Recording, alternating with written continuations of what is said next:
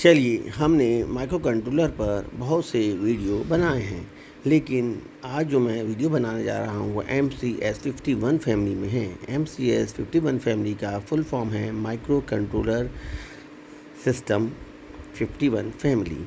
तो ये जो है इंटेल ने 1980 में ये डेवलप बनाया था, 8 बिट माइक्रो ओरिजिनल बनाया था। ठीक है, यहाँ पर जैसा बना हुआ 8 माइक्रो 80980 में बनाया था।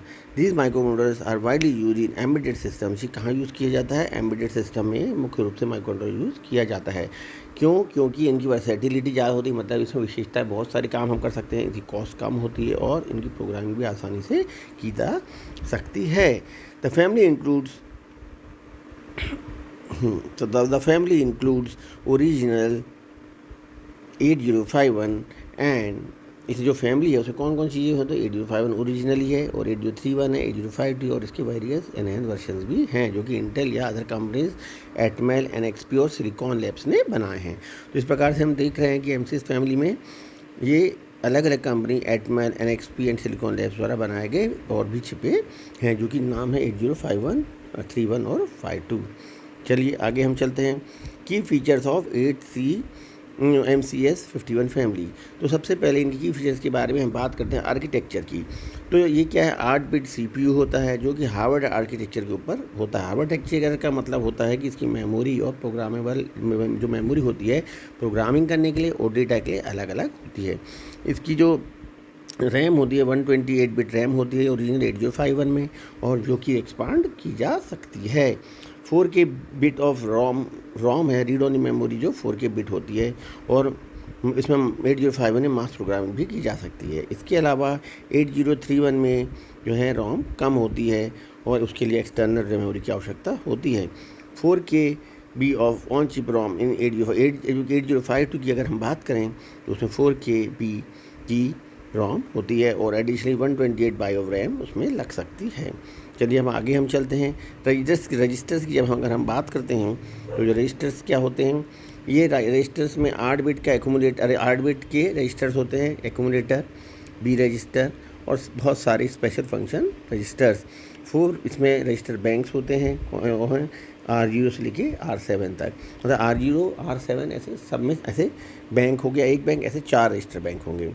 और इसके अलावा IO पोर्ट्स कितने होते हैं? इसमें IO पोर्ट्स होते हैं 8 bit by directional IO ports होते हैं। कौन कौन से होते हैं? 4, P0, P1, P2 and P3, और जो कि जनरल पर्पस रजिस्टर्स की तरह और IO पोर्ट्स की तरह और सीरियल कम्युनिकेशन इंटरप्ट्स की तरह यूज़ किए जा सकते हैं। इसके अलावा इसमें जो टाइमर्स और काउंटर्स होते हैं, 16 बिट के टाइमर्स या काउंटर्स होते हैं 8051 में, यानी T0 और T1 दो काउंटर्स हो गए 16 बिट के रहेंगे। जबकि 8052 की बात करो तो उसमें 3 रजिस्टर होंगे, T0, T1 और एक एडिशनल T2।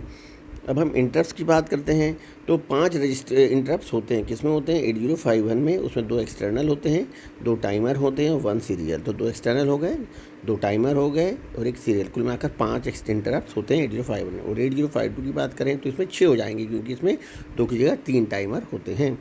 सीरियल कम्युनिकेशन की अगर हम बात करें तो full duplex UART for serial communication use किया जाता है। क्लॉक फ्रीक्वेंसी की अगर हम बात करें इन फैमिली में तो इसकी frequency normal clock frequency 12 megahertz होती है। इंस्ट्रक्शन सेट्स, जो इंस्ट्रक्शंस होते हैं, जो इसमें इंस्ट्रक्शन सेट्स होते हैं वो होते हैं 111 इंस्ट्रक्शंस होते हैं। उसमें कौन कौन से इंस्ट्रक्शन होते हैं? अर्थमेटिक हो सकते हैं, लॉजिकल हो सकते हैं, data transfer and control operations हो सकते हैं। और हर इंस्ट्रक्शन 1 से 2 मशीन साइकिल लेता है और हर एक क्लॉक साइकिल में 12 क्लॉक होती है, जैसे कि ऊपर मैंने बताया है। चलिए अब वेरिएंट्स की बात करें तो इनके वेरिएंट्स कौन कौन से हैं? 8031, 52 और 80C51। तो 8031 में वेरिएंट में होता है रोम इसकी कम होती है और एक्सटर्नल प्रोग्रामिंग के लिए एक्सटर्नल अगर प्रोग्रामिंग करना हो तो एक्सटर्नल प्रोग्राम मेमोरी लगानी पड़ती है। 8052 की अगर हम बात करें तो इसमें एनहेंस वर्जन होता है, 8 KB रोम होता है और 256 बाइट की रैम होती है और एक्स्ट्रा टाइमर भी होता है।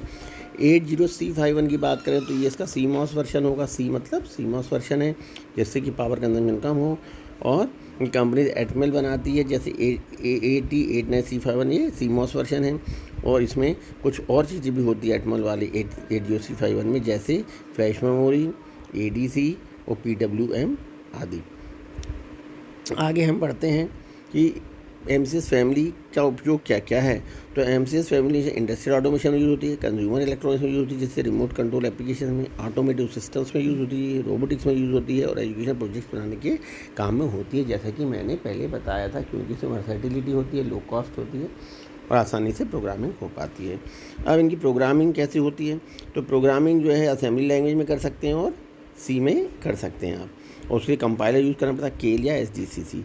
और जो मॉडर्न वेरिएंट्स होते हैं उनमें फ्लैश मेमोरी भी होती है, जिससे कि आप आईएसपी मतलब अलाउइंग इन सिस्टम प्रोग्रामिंग कर सकते हैं और आईएपी मतलब इन एप्लीकेशन प्रोग्रामिंग कर सकते हैं। तो ये जो मैंने वीडियो बनाई शॉर्ट में एमसीएस फैमिली मतलब माइक्रो कंट्रोलर सिस्टम फैमिली 51 के बारे में था।